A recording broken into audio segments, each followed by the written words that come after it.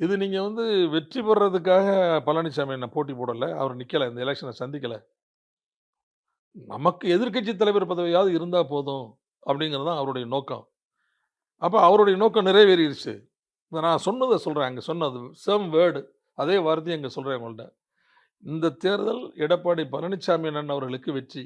அதிமுகவுக்கு தோல்வி அப்படின்னு வந்து உட்கார்ந்துட்டேன். இதுதான் நான் சொன்னேன். அந்த அதுக்கு என்ன ரியாக்ட் பண்ணாரு? சரி ஒண்ணுமே இல்ல கம்முன்னு இருந்தாங்க. அப்படி மயான அமைதி இருந்துச்சு.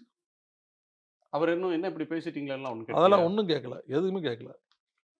இப்ப இந்த நாடாளுமன்ற தேர்தல் தோல்விக்கு பிறகு எல்லா மாவட்டங்களுக்கும் முன்னாள் அமைச்சர்கள் எல்லாம் அனுப்பி என்ன காரணம்னு ஆராய்ச்சி பண்ணி தொண்டர்கள்ட்ட கலந்து பேசிட்டு வர்றதுக்கு ஒரு அனுப்பிச்சாங்களே. காரணமும் இல்ல சார். இது வந்து அதிமுக வந்து எப்படி இருக்குன்னா சார், அந்த பொதுச் செயலாளர், மேல இருக்கிற தலைவர்கள், அப்படியே மாவட்ட கழக செயலாளர்கள், மாவட்ட கழக செயலாளர்களுக்கு விருப்பமுள்ள ஒன்றிய கழக செயலாளர்கள்.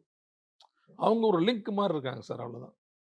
யாரும் யாரையும் விமர்சிக்க மாட்டாங்க. யாரும் யாரையும் பேச மாட்டாங்க. அப்படியே ஒரு இன்னும் சொல்லப்போனா இன்னும் நல்லா நேரடியா சொல்லப்போனா ஒரு லிமிட்டட் கம்பெனி மாரி இருக்காங்க அவ்வளோதான். இதெல்லாம் பல நேரங்கள்ல தாங்கிக்கிற முடியாம நொந்து போயிருந்தான். இப்போ வந்து இந்த பிஜேபி கூட்டணி இப்படி அடிமைத்தனமான கூட்டணி, நம்முடைய கட்டுப்பாட்டுல இல்லாத கூட்டணி, அவன் சொல்றத நம்ம கேட்கக்கூடிய கூட்டணி.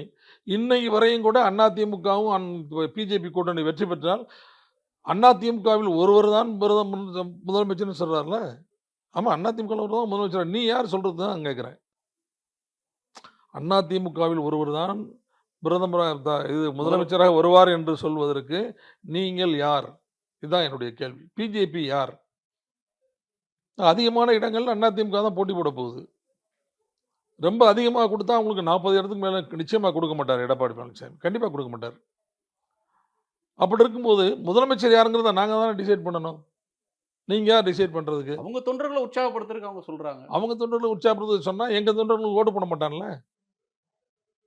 நீங்க உங்க உங்க தொண்டர்களை உற்சாகப்படுத்துறதுக்குன்னா, இந்த எப்படி ஃபீல்டுல எப்படி அதிமுக வந்து பிஜேபி ஒட்டும்? சரி சார். ஏடிஎம்கேலயே உங்கள மாதிரி திராவிட இயக்க பாரம்பரியத்துல வந்த பல தலைவர்கள் இருக்கிறாங்க. இப்ப பிஜேபியோட போனதுனால, எங்க தொகுதியில பெரிய அளவுல சரிவை சந்திச்சோம்.